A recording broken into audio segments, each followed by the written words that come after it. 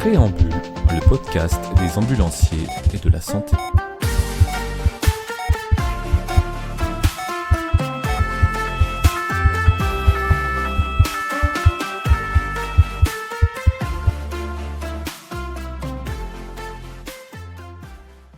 Bienvenue sur Préambule, le podcast des ambulanciers et de la santé. Aujourd'hui, nouvel épisode.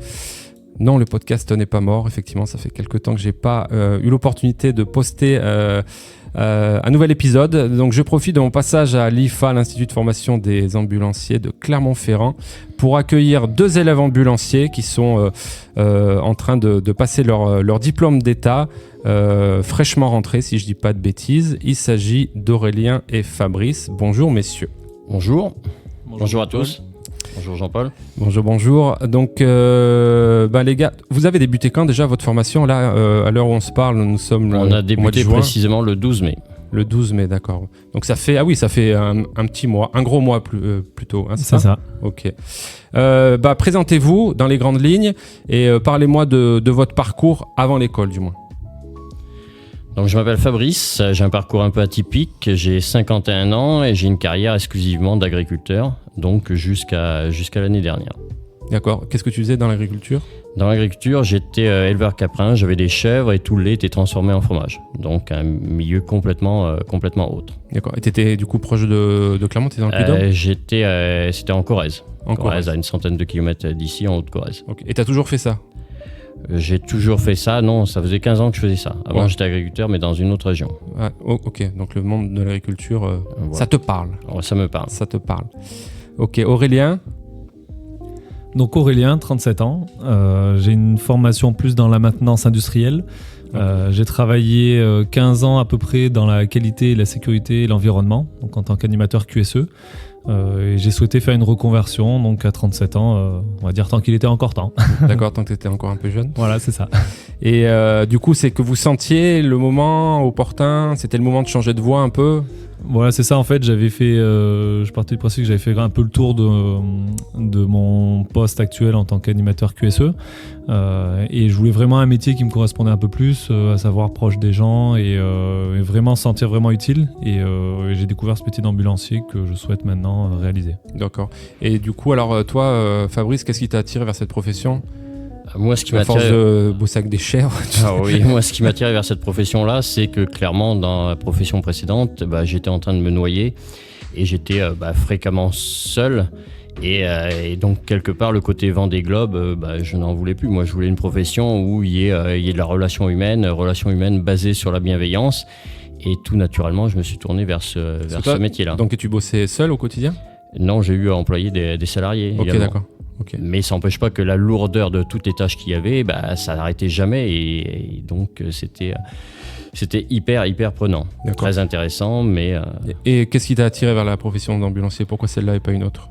Le côté relation humaine, le côté diversité de la population, le côté bienveillance et psychologiquement ça me correspondait bien. Okay. Et est-ce que vous avez eu un déclic pour de vous dire allez c'est maintenant ou jamais, mis à part comme Aurélien disait peut-être l'âge qui avance et tu te dis c'est le moment de changer? Le déclic moi je l'ai eu, mes parents sont décédés et à nombreuses reprises ils ont été pris en charge par des ambulanciers. Mon père avait des problèmes cardiaques.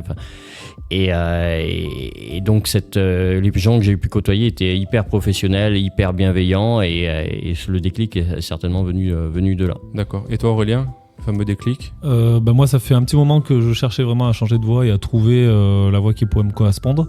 Et je réfléchissais à plusieurs métiers et je suis quelqu'un d'assez dynamique et qui aime aller vers les gens, et ambulancier avec ce côté pas du tout routinier, ce côté un peu sportif aussi, et être toujours au service des personnes, c'est vraiment le métier qui correspond le plus. Et toi ça faisait combien de temps que tu étais dans ton ancienne profession? Ancienne profession, j'ai fait 2 entreprises, la première 7 ans et ensuite j'ai fait 6 ans. Ouais, donc c'est à peu près la même carte. Tu me parlais d'une quinzaine d'années Fabrice, hein, c'est ça? Voilà. Et comment vos proches ont perçu ça, ce que tu changeais du tout au tout, pardon, Du coup, il y a... Il faut trouver les bons arguments, quoi. C'est ça. Il y a les deux côtés. Il y a les personnes qui sont super motivées, notamment ma femme qui dit « Ah, c'est cool et tout, c'est vraiment un métier qui correspond ». Et après, il y a d'un autre côté les personnes qui voient aussi le fait que j'étais en CDI, donc j'avais quand même la sécurité, et là, je vais me lancer dans un nouveau métier. Donc tu prends du risque, quoi. Voilà, donc je prends du risque. Il y a les horaires qui sont pas faciles, il y a peut-être le salaire. Voilà, il y a plein de choses qui font que les gens, ils ont aussi des a priori sur certains métiers, et du coup, ils se disent tu prends peut-être un risque. Parce que c'est bien réfléchi, quoi. Voilà, c'est ça. Et toi, Fabrice, ton entourage? Mon entourage, ma super exploitation agricole m'avait coûté mon couple. Ah oui. Donc ça a été aussi un autre déclic. Et donc mes enfants m'aidaient fréquemment sur l'exploitation et ils me voyaient totalement submergé. Et la décision d'arrêter cette activité-là, c'est pas anodin, mais ils l'ont soutenu parce qu'ils ont vu que j'étais réellement en difficulté. Et l'idée... Ça les a peut-être même soulagés d'ailleurs. Oui, même s'il y avait une attache par rapport aux animaux, par rapport à tout ça, et tout ça, c'était pas évident à gérer. Et le fait de renaître dans la profession d'ambulancier, non, ils l'ont très très bien accueilli, même les proches en général. Après, il y a pu y avoir quelques problèmes matériels d'intendance à gérer parce que j'habite en Corrèze et que c'est pas très très loin, mais ça a supposé que pour que j'intègre pleinement la formation, je loue un studio pas très loin et que il y a de l'organisation derrière. Tout à fait. Et vos proches, comment ils perçoivent cette profession quand vous leur avez dit tiens, je veux devenir ambulancier? C'est quoi les premiers arguments? Ah, ambulancier, est-ce que tu es sûr? Parce qu'ambulancier, c'est...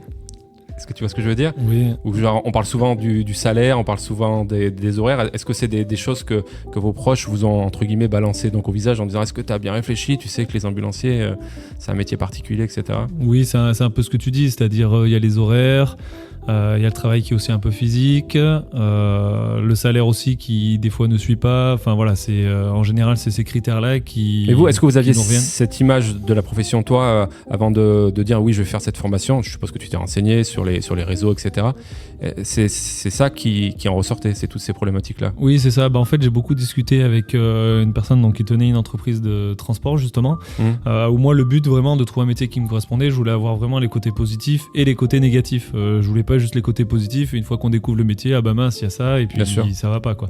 Donc justement, j'insistais beaucoup sur le côté négatif pour voir si déjà ça pouvait coller avec ma vie personnelle et avec ce que je voulais aussi, parce que du coup, c'est vrai que par exemple, un travail physique pour moi c'est bien, pour d'autres personnes ça va être rebutant. Bien sûr. Voilà, il fallait vraiment connaître tous ces côtés-là. Donc en général, c'est ces points qui ressortent globalement. Toi, tu as des enfants? Oui, un.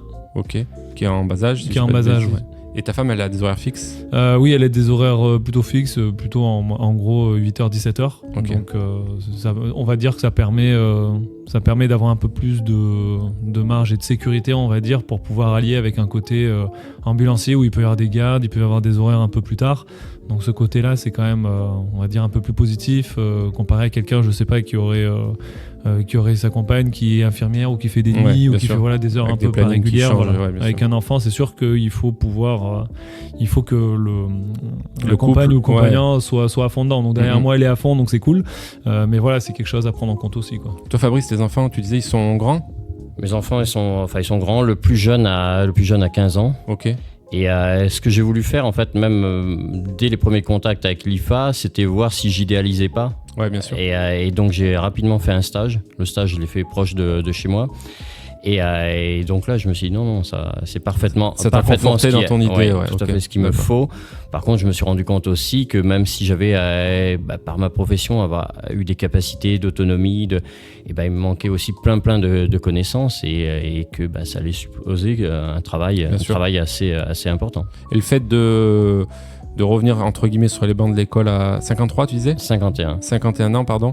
Est-ce qu'il y a une pression supplémentaire par rapport à ça? Ouais, c'est quand même pas évident. Ouais, c'est pas évident. C'est quand même un vrai challenge et oui, on apprend plus facilement à 20 qu'à 51. Ouais. Ça, c'est certain. Et par rapport... Ouais, excuse-moi, je te coupe. Vas-y. Ouais, par contre, ce qu'il y a aussi, c'est d'être dans un groupe, tout le monde se tire vers le haut et donc ça, c'est très très bien. Chacun a des compétences, des qualités différentes. Donc il y a un vrai soutien dans la promo, un vrai groupe et oui. Ok. Tu as cette même vision, donc Aurélien, du groupe, etc., cette aide cette émulsion entre guillemets où tout le monde se tire vers le haut? Oui, bah moi c'était un peu une appréhension, enfin pas une appréhension parce que globalement je m'entends quand même bien en général avec les gens, je suis assez adaptable. Mais du coup c'est vrai que moi je m'imaginais une formation où on va dire la classe était moyenne d'âge, on va dire peut-être entre 18 et 25-30 ans. Voilà, c'était plus l'idée que je me faisais, mais pourquoi je sais pas. Tu pensais choper pendant la formation? Non, quand même pas. On passe le bonjour à c'est ça, je lui passe le bonjour. Mais voilà, c'était plus, je savais pas trop quel public il pouvait y avoir et le fait de voir qu'il y a plusieurs. Genre, t'as été surpris de voir des gens de l'âge de Fabrice? Oui, parce que moi je me suis dit tiens, ça se trouve je vais être le plus vieux ou carrément. Voilà, mais parce que pour toi, dans ton imaginaire, un ambulancier, et c'est pas pour critiquer quoi que ce soit, hein, c'était plus un boulot, je vais pas dire réservé, mais plus adapté à un public jeune, on va dire. En fait, c'est que je pensais que c'était plus, on va dire, pour un public jeune parce que c'était quand même assez dynamique. La formation est pas très longue, ça embauche quand même pas mal derrière, donc je m'étais dit ça se trouve c'est plus entre 18 et 25-30 ans que les gens ils se forment. Puis tu faut retourner à l'école. Moi je me dis à 37 ans je vais retourner à l'école, je me suis pas dit tiens il y en a d'autres qui vont faire comme moi, parce que les gens maintenant souvent ils restent un peu dans le confort et ils osent peut-être pas aller retourner en formation parce que forcément comme dit Fabrice on se pose aussi des questions, savoir si on est capable de retravailler la mémoire, pareil hein, quand on vieillit, est-ce que la mémoire elle fonctionne toujours aussi bien? Bien sûr. Donc c'est pas aussi facile, et de retrouver justement des personnes qui viennent d'un milieu différent, qui peuvent apporter toutes leurs compétences et qui peuvent s'entraider justement comme on fait dans cette session, c'est top quoi. Et c'est mon ressenti dans cette session où vraiment je suis content d'être à celle-ci pour vraiment progresser et puis travailler ensemble et surtout s'entraider pour avoir un diplôme tous réussir, in fine, donc là vous avez commencé il y a un gros mois, donc on va dire un mois et une semaine. Si vous deviez décrire un peu, on va dire, une journée type de votre présence à l'IFA pour quelqu'un qui connaît pas du tout la profession et qui connaît encore moins la formation, comment tu pourrais décrire ça? Alors déjà, ce que je voudrais dire, c'est que moi, avant de rentrer à l'IFA pour le diplôme d'ambulancier, j'ai fait la formation d'auxiliaire ambulancier. Ok. C'était au mois d'avril et donc il y avait le groupe était semblable en termes de nombre et il y avait la même ambiance en fait, la même solidarité de groupe et dans une diversité peut-être encore plus importante parce que je pense qu'il y en avait qui étaient un peu plus âgés que moi et il y avait peut-être plus jeunes, la plus jeune avait peut-être une vingtaine d'années. D'accord. Et cette diversité là déjà c'est une richesse. Et donc par rapport aux journées type, c'est quand même relativement intense. Les horaires c'est 8h30, midi et demi, 13h30, 16h30. Mais au-delà des horaires, il y a aussi tout un travail personnel d'apprentissage à faire en dehors. Et ce qui est assez complet quand même, c'est tout le côté anatomie, physiologie, et où le but c'est pas d'être médecin, mais c'est d'avoir quand même des compétences, des connaissances le plus importantes possible, et pour pouvoir identifier toutes les situations urgentes. Okay. Et par rapport à ça, il y a tout ce côté-là, mais la formation elle est très très diverse. On aborde les techniques de communication, tout ce qui est brancardage. On accède aussi à tout un tas de particularités que sont, la psychiatrie et la surdité. Non, c'est très très riche et riche comme seront les prises en charge par rapport à une diversité de la population. Donc. Et toi, donc Aurélien, pareil, ton ressenti sur ce début de formation, sur les journées type, etc. Comme disait Fabrice, du coup il y a pas mal de choses qu'on voit, donc toute l'anatomie, physiologie, donc il y a l'appareil respiratoire. Est-ce que tu t'attendais au fait que ça soit aussi poussé entre guillemets non, la je pensais formation, pas. L'aspect médical du moins. En fait, quand j'ai passé l'entretien, donc Jean-Noël Dalle, qui s'occupe de cette formation, nous avait bien sensibilisé sur le fait de attention, il y a beaucoup d'informations, il y a beaucoup de travail personnel, et c'est vrai que je pensais pas qu'il y aurait autant d'informations, sachant que c'est quand même un domaine spécifique et moi qui viens d'un milieu qui est pas du tout dans le médical. C'est tout ce qui est le corps humain, les maladies ou les noms vraiment techniques. Tout ça je connaissais pas, donc forcément au début, les premières semaines, les journées types, ça va être les différents appareils qu'on peut voir ou l'appareil locomoteur avec du lexique vraiment spécifique, où là il faut travailler effectivement pour au moins acquérir le bon vocabulaire pour pas être trop largué dès le début, et quand on fait par exemple des scénettes sur sur des transferts ou de l'IA Brancard ou autre, qu'on puisse ne pas être perdu et vraiment avoir tout ce vocabulaire pour comprendre et avoir ce vocabulaire technique, quoi. Et tu nous parlais, Fabrice, de l'organisation que tu as dû mettre en place pour accéder à cette formation, toi venant de Corrèze, un autre département. Du coup, donc, tu as dû louer un appartement sur place ou à proximité ou pas ? Oui, à Aubière. Je pense que de toute façon, pour avoir des chances de réussir la formation, il faut pas être noyé dans les transports. Moi, j'aurais dû y passer quasiment 1h30 matin, 1h30 soir. Et donc, en termes de fatigue, ça aurait pas été top. Ça suppose d'être réellement disponible. Et puis, du coup, il y a, je suppose, un investissement financier, parce que ça, c'est pas pris en charge financièrement, par aucun organisme. Oui, non, d'accord. aucun. Et toi, donc Aurélien, tu es plus proche, hein, tu peux rentrer à la maison tous les soirs. Oui, je peux rentrer. Après, je mets à peu près 45 minutes pour rentrer. Donc, Même si tu m'as dit que tu préférais ne pas rentrer tous les soirs, mais bon, que tu es obligé de rentrer chez Oui, toi. du coup, sinon, je pense qu'il y a certaines personnes qui vont faire la gueule. Ouais, voilà, quoi. Mais voilà, comme dit Fabrice, il y a certaines personnes de la promotion qui sont un peu plus loin, qui font des trajets. Et effectivement, c'est un peu plus fatigant. Donc pour eux, c'est un peu plus dur parce que forcément, quand on doit faire 1 heure, 1h30 de route pour après derrière travailler le soir, il y a toute cette charge qui est compliquée. En plus, avec les cours qui sont assez complets, c'est assez usant. Donc je pense sur 6 mois. 6 mois, ça va encore, c'est le bon timing. Je pense que sur une année, c'est compliqué à tenir. Ouais. 6 mois avec les stages, donc c'est assez, on va dire, c'est la période qui est un peu le plus propice parce qu'il faut quand même. On se dit que 6 mois, c'est pas très long, mais au final, c'est quand même long quand on voit tout ce qu'on a à retenir. Et après, il y a Jean-Noël Dalle, donc qui s'occupe, comme je disais, de la formation, qui cherche vraiment à faire venir beaucoup d'intervenants, tout divers. Donc, c'est une richesse aussi de la formation, parce qu'après, je connais pas du tout les autres formations, donc je pourrais pas comparer. Mais c'est vrai que je pense qu'il y a pas beaucoup de formations où il y a autant d'intervenants, autant de richesses, autant de sujets qu'on évoque, où vraiment on fait le tour de beaucoup de choses. Et vous avez la chance en plus de voir des intervenants qui viennent du CHU. C'est ça. Donc en fait, c'est entre guillemets des futurs collègues de travail. Par rapport à certains organismes privés de style l'Aftral, ils ont des intervenants aussi, mais voilà, c'est pas la même entité. Je trouve que c'est une vraie chance, une vraie richesse de se former au sein du CHU, puisque l'IFA fait partie du. C'est ça, et puis c'est vraiment, on peut, pour l'instant, tous les intervenants qu'on a eus étaient très ouverts, on peut vraiment discuter. Ouais. Et ce qui est bien avec une formation comme ça, c'est que vraiment c'est une formation concrète. C'est-à-dire, moi je vois, j'ai fait un DUT dans la maintenance. Bon, derrière, j'ai appris sur le tas, on va dire, mon poste, mais là, c'est vraiment une formation où on va avoir toutes les clés en main derrière pour travailler au mieux. Ok. Vas-y, moi, ce que je voudrais rajouter, c'est, comme le dit Aurélien, c'est la richesse des intervenants. Il y a une diversité d'intervenants.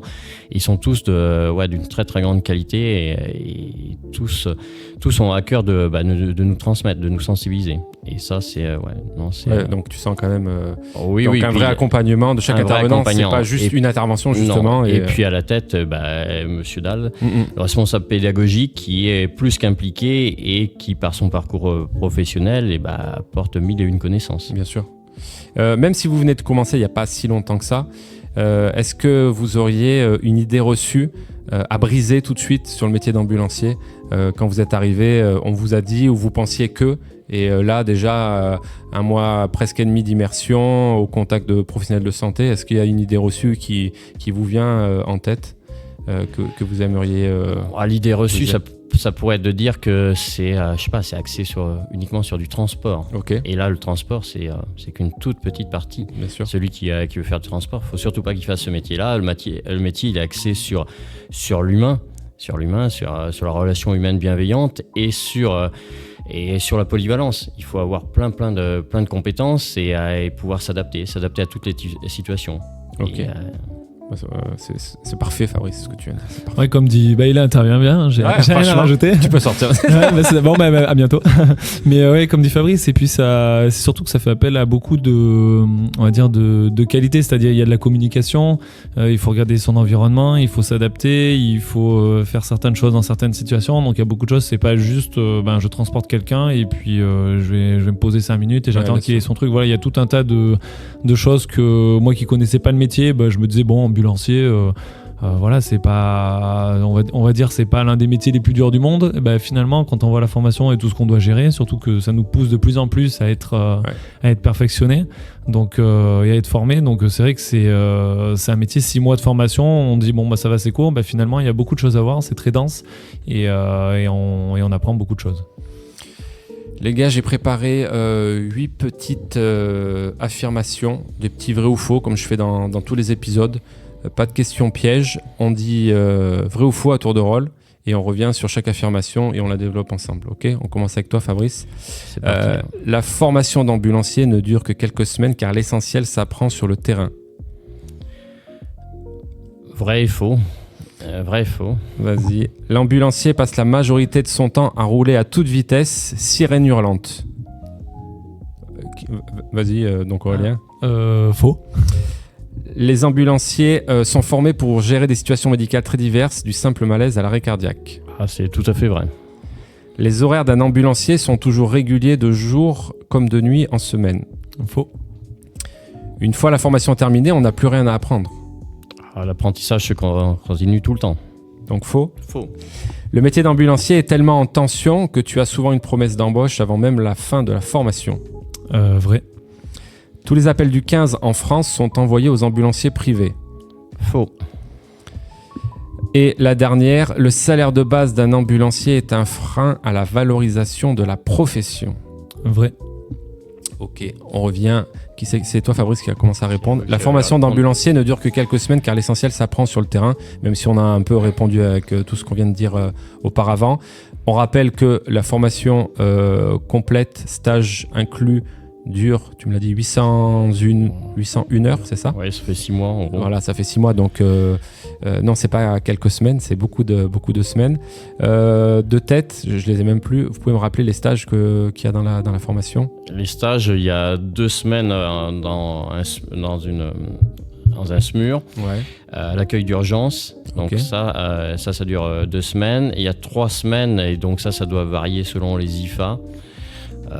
Ça peut être même des unités psychiatriques, ça peut être de la gériatrie, des soins de réadaptation. Et il y a encore 2 semaines dans une entreprise de transport. Donc au total, 7 semaines. 7 semaines. Et vous savez, le coût de la formation, est-ce que vous le connaissez ? Oui, le coût de la formation, c'est environ 4 000 €. 4 000 € finançables en général par certains organismes suivant sa situation perso, soit par son livret A, qui est un magnifique organisme, soit par la région, si je dis pas de bêtises. Ah hein. oui, par la région. Ouais, c'est ce qui se fait en général. Vous, c'est par la région que vous faites financer. Moi, en fait, Pôle emploi, France Travail, j'avais jamais connu, Ouais. donc ça aurait été sur mon livret A. Ok. Mais donc, comme c'est un métier en tension, eh bien, en m'inscrivant à France Travail, le coût de la formation a pu être pris en charge par la région. Ok, super. Donc, un grand merci. Deuxième affirmation, Aurélien, l'ambulancier passe la majorité de son temps à rouler à toute vitesse, sirène hurlante. Alors, faux. Bon. Faux. C'est le cliché peut-être, je sais pas. Ouais, je pense. Mais non, l'ambulancier, en fait, il peut y avoir des situations vraiment urgentes, des urgences vitales.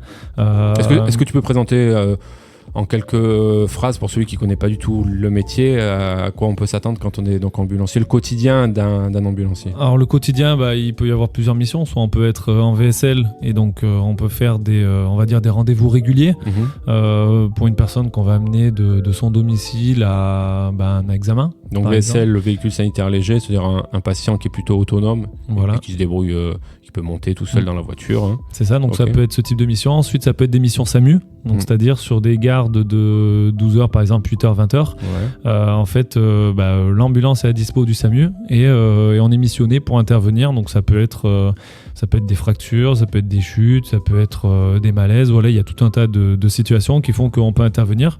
Sur des urgences à domicile. Voilà, sur des urgences à domicile.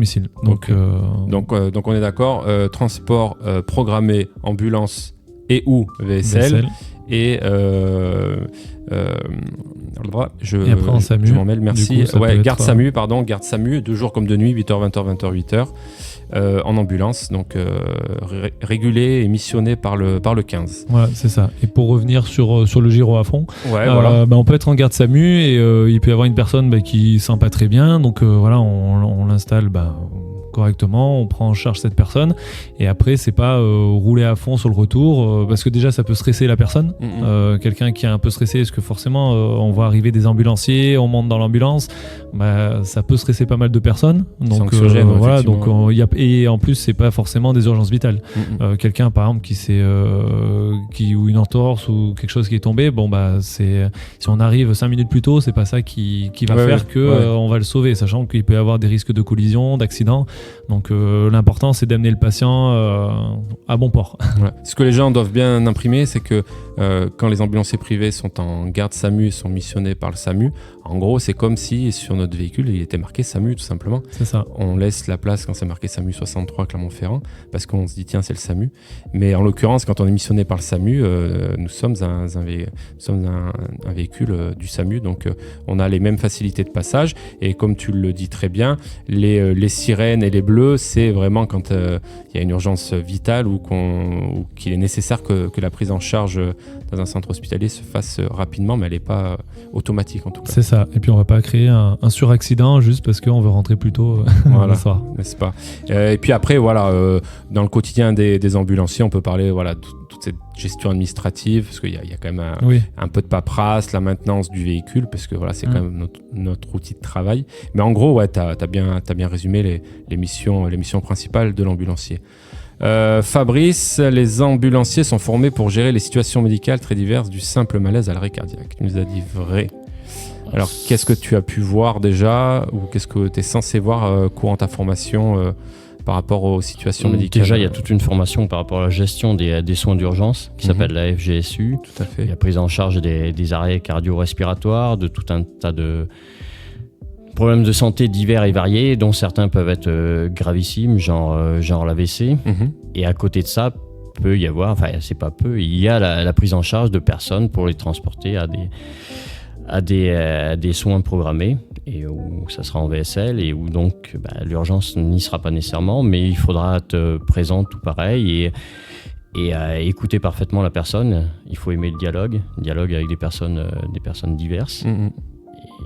Voilà, donc il y a un aspect, un module sur les gestes d'urgence, comme tu l'as dit, la FGSU, et il y a aussi un module sur tout ce qui concerne, même si les deux sont complémentaires aussi, manipulation, transfert, ce qu'on a vu ensemble ces derniers jours, qui permettent de prendre en charge des patients qui ne sont pas forcément, comme tu l'as dit, en urgence vitale, mais qui ont des pathologies qui nécessitent une prise en charge particulière, un geste particulier, un transfert particulier.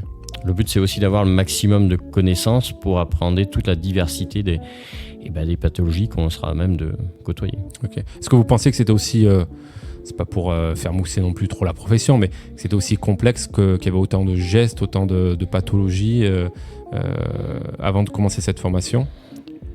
Ouais, si, je m'attendais à ce que ça soit d'un bon niveau, même si il y a des clichés qui rabaissent la profession. Ouais. Donc on est bien d'accord, c'est pas comme tu l'as très bien dit aussi, donc Aurélien, c'est pas du transport, c'est pas que du transport sanitaire. Non, c'est toi qui l'as dit, Fabrice. C'est pas que du transport sanitaire, c'est y a une prise en charge médicale et comme tu l'as dit, tout l'aspect communication, etc., qui tourne autour de cette prise en charge. Les horaires d'un ambulancier sont toujours réguliers, de jour comme de nuit, en semaine. Faux. Parce que c'est un peu. Il y en a qui aimeraient bien, et moi le premier.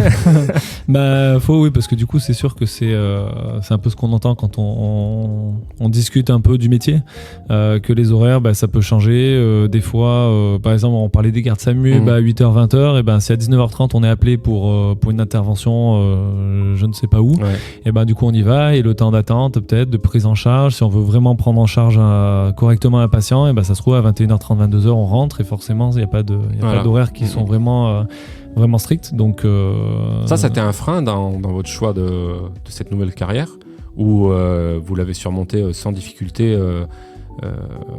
Non, moi avant en fait mes horaires de travail c'était en gros 8h 17h. Okay. Mais les horaires non forcément on y réfléchit avec ma femme, on réfléchit parce que quand t'as un enfant en bas âge, c'est forcément quelque chose qu'il faut mettre sur la table et dire est-ce que ça peut le faire, est-ce que ça peut pas le faire. Donc elle est à fond avec moi, donc ça c'est cool. Donc après forcément c'est de l'organisation. Il faut le savoir que les horaires peuvent varier, mais après moi c'est pas un frein dans le sens où c'est vraiment ce que je veux faire et je préfère faire des heures sup ou un boulot où je fais pas mal d'heures plutôt qu'un 35 heures tranquille assis à une table et pas faire ce qui me plaît, quoi. Donc il faut en avoir conscience, mais après je pense que si le métier correspond, il faut pas... Parce que toi, du coup, t'es parti presque à l'opposé de ce que tu avais avant, avec des horaires fixes, un travail assez routinier pour le coup, tu m'arrêtes si je me trompe, et là t'es carrément sur l'opposé, donc c'est vraiment ce que tu cherchais, ce changement radical de profession, quoi. Bah, c'est ça, c'est que ma première entreprise où je suis resté longtemps, donc je suis resté 7 ans, c'était une usine plus dans le BTP.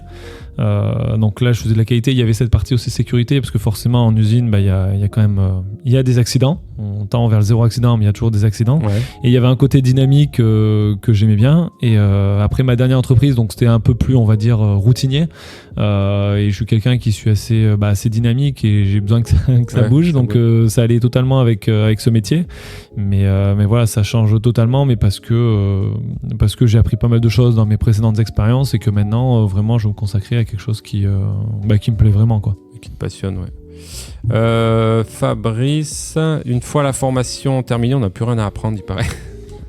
Ah non, l'apprentissage va continuer tout au long de la carrière. Ouais. On a aussi des recyclages, le fameux recyclage d'AG Sud tous les 4 ans, donc on est toujours à la page des derniers gestes et des dernières pratiques. Est-ce que vous pouvez expliquer quelles sont les perspectives après le métier d'ambulancier, si jamais on veut continuer à pousser dans le médical ? Ah ben, on peut tout à fait envisager d'être aide-soignant, d'être infirmier, et ça, voilà. Ouais, donc comme on le dit souvent, le métier d'ambulancier, ça peut être un tremplin pour une poursuite dans toutes les carrières de soins. C'est pas une fin en soi, mais ça peut être vraiment un tremplin dans tous les métiers de la santé qui se rejoignent. Hein.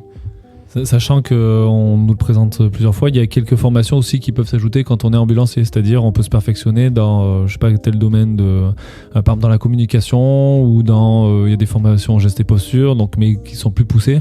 Donc je connais pas encore toutes les formations, mais même quand on est ambulancier, on peut se former à côté pour acquérir plus de compétences encore, se perfectionner. C'est ça. On peut devenir ambulancier au SAMU après une formation complémentaire. AS, comme tu as dit, être soignant. Il y a dans les précédents podcasts, on a entendu des anciens ambulanciers qui étaient devenus infirmiers et qui avaient parfaitement réussi leur formation et débuté une nouvelle carrière sans problème. Aurélien, le métier d'ambulancier est tellement en tension que tu as souvent une promesse d'embauche avant la fin de la formation. Alors oui, je pense que après j'ai pas énormément d'expérience là-dedans, mais de ce que j'ai entendu, de ce que j'ai vu, c'est vrai que les entreprises recrutent pas mal. Il y a pas mal, c'est pareil, c'est l'idée qu'on se fait du métier, c'est qu'il y a beaucoup de turnover, il y a beaucoup de mouvements. Ce qui est le cas malheureusement. Et du coup les entreprises recherchent beaucoup. Je pense aussi il y a pas mal de turnover parce qu'il y a des personnes qui déjà se rendent pas compte forcément de la complexité du métier. La complexité du métier. Après il y a entre les horaires de travail ou l'organisation, des fois il y a peut-être des entreprises qui correspondent mieux à certains. Par exemple, je sais pas. Je rebondis sur ça. Toi, c'est quoi ta recherche ? Qu'est-ce que tu vises comme type de société après la formation ? Là, du coup, pour l'instant, je sais pas vraiment encore. Moi, je cherche plutôt une entreprise. Forcément, il y a une vie personnelle, donc qui puisse s'adapter un petit peu. Mais après, pour l'instant, j'ai pas assez de recul vraiment pour me dire, tiens, je voudrais travailler 3 jours dans la semaine en faisant des gardes, plus un 4e jour, on va dire de 2 journées, ou alors travailler que en garde, ou travailler que la journée, ou travailler que les nuits. Je sais que ça se fait aussi, donc pour l'instant c'est vrai que... Et en termes de type de structure, tu serais plutôt sur une plus grosse structure, plutôt une structure dite familiale, c'est quoi que tu vises ? Alors après il y a du bon et des mauvais dans les deux. Je pense qu'une structure familiale ça peut être bien parce que ça permet chaque individu est un peu, on va dire, au centre de l'entreprise. Donc ça c'est vraiment quelque chose qui moi se rapproche plus de mes valeurs. Et en plus il y a ce côté où comme j'étais QSE avant, donc j'étais vraiment dans la qualité et la sécurité, j'ai ce côté là où quand on peut mettre en place des choses, vraiment faire que par exemple le métier soit plus on va dire structuré, qui est des petits tips et des petites astuces pour dire ou les contrôles routiniers pour faire des petits je sais pas, sans parler de des protocoles quoi. Voilà, des protocoles, des choses comme ça qui peuvent améliorer justement le travail au quotidien. Ça peut être bien. Et après une grande entreprise, le point qui peut être positif, c'est qu'il y a pas mal de tâches qu'on peut faire, que ce soit en psychiatrie ou dans d'autres domaines qu'on n'aurait peut-être pas dans une petite entreprise. Donc Variété d'émissions, voilà, ouais, ok. c'est ça. Donc Ouais. ça peut être bien aussi. Donc pour l'instant, j'ai pas encore assez de recul, mais je pense que les deux, il y a des points positifs dans les deux. Après la grande entreprise, du coup, comme je disais par rapport à la petite entreprise, l'individu est peut-être moins au centre. Donc c'est ça qui peut être un peu plus un frein, mais voilà, après il faut voir Après, aussi tu vas comment, avoir le temps avec tes stages de... Voilà, c'est ça, c'est vraiment les stages tester. qui vont permettre de voir un petit peu... Et toi, Fabrice, le type de société que de... Bon, le type de société, à vrai dire, je me suis pas véritablement posé la question. Je sais que les conditions de travail, même si elles vont être assez importantes, seront nécessairement meilleures que ce que je vivais par le passé. Ouais. Et voilà, les congés, j'en étais à des années-lumière. Donc tout ça, ça sera bien.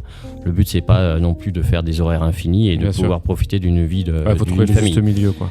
Donc c'est pareil, tu laisses le temps des voilà, stages j'ai pour, pas pour un peu cibler cibler la bonne le structure. type de société. Et c'est vrai que j'aurais peut-être, comme Aurélien, un attrait plus vers des sociétés à taille humaine, même si il y a de plus en plus de concentration et que les entreprises sont de plus en plus grosses. Malheureusement, on va faire une minute de silence. Non, c'était Fabrice, je crois. Ouais. Tous les appels du 15 en France sont envoyés aux ambulanciers privés. Ah, ça, j'avais dit que c'était faux. C'était faux. Donc ça peut être vers les pompiers et géré également par le SMUR.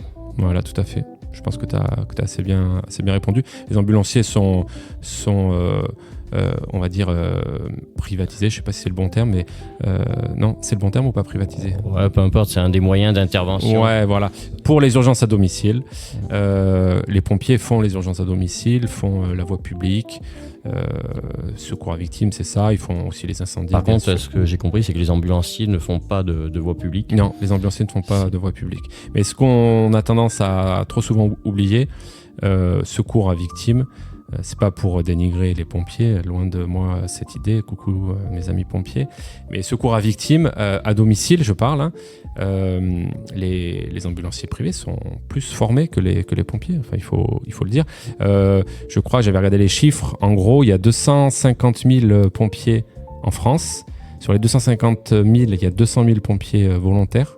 Donc qui dit pompier volontaire dit avoir un autre métier à côté. C'est-à-dire que le pompier volontaire, c'est le boulanger du coin, c'est le carrossier de votre ville, etc. Donc c'est pas son métier de prédilection. Il a une formation pour ça, mais voilà, il n'a pas passé autant d'heures que les ambulanciers privés.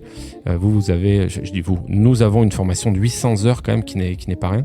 Donc effectivement, même si je sais que, je l'ai dit assez longuement sur plein de podcasts, la couleur rouge rassure les gens quand ils voient arriver ce beau camion chez eux. Voilà. Mais La force des pompiers, c'est aussi le nombre. ouais, le maillage est différent, Voilà. ça c'est une certitude. Mais des fois, c'est pas rare que j'entende quand j'arrive à domicile ah mais on m'a pas envoyé les pompiers, comme si c'était dénigrant d'avoir envoyé les ambulanciers privés. Eh ben, grosse erreur, madame. Oui, tout à fait. Je suis mieux formé que les pompiers. Le secours à victimes, voilà. On est équipé de la même manière, mais bon, voilà.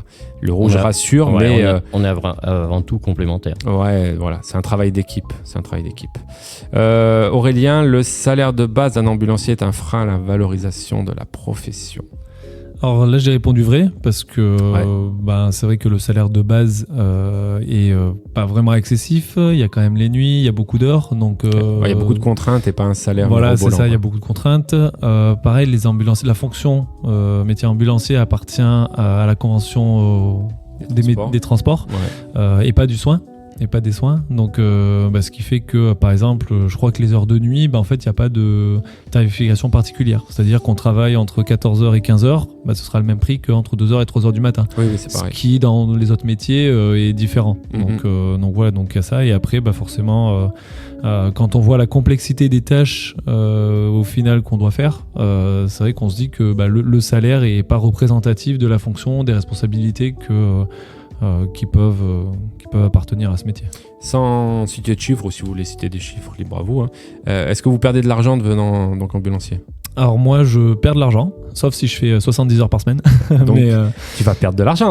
voilà, c'est ça. Mais ça, c'était une grande question, parce que forcément, pour mon entourage, c'est tu vas changer de métier, tu n'auras plus la sécurité de l'emploi, tu vas perdre de l'argent, tu vas faire des heures, mais oui, mais au moins je ferai un métier qui me passionne et quand je me lève le matin, c'est une phrase un peu bateau, mais quand je me lève le matin, je sais pourquoi je le fais et à la fin de ma journée, je suis content d'avoir, on va dire, œuvré pour un métier qui a du sens pour les autres, voilà, c'est ça. Et je me voyais pas, même si j'ai appris beaucoup de choses dans mes précédentes expériences, je me sentais pas assez utile et je me voyais pas faire ce métier plus longtemps parce que pour moi, c'est pas. T'étais arrivé au bout de l'histoire. J'étais arrivé au bout, j'avais appris des choses, mais c'est pas ce qui me correspondait, quoi. Et toi, Fabrice, tu perds de l'argent ? Non, moi je perdrai pas d'argent. Non. Je perdrai pas d'argent. Par contre, je pense que la vraie solution, ça serait que les ambulanciers soient pleinement rattachés au ministère de la Santé et pleinement intégrés à toute la chaîne de soins parce qu'ils en sont un maillon essentiel et qu'à ce titre-là, il devrait y avoir une rémunération plus conséquente. Parce qu'on est régi par le ministère de la Santé, vu qu'on dépend de l'ARS et compagnie, mais oui, on est de la convention des transports routiers. Donc ce côté un peu bancal, c'est pas top. Ok.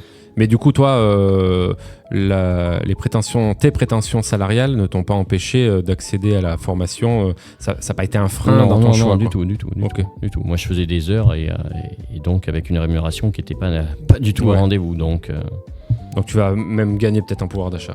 Ah oui, je pense. Oui. Une certitude. Je pense. Tu pourras peut-être. Mais bon, mon cas est un peu atypique. Donc, mais bon, c'est ce qui est intéressant de découvrir aussi, quoi.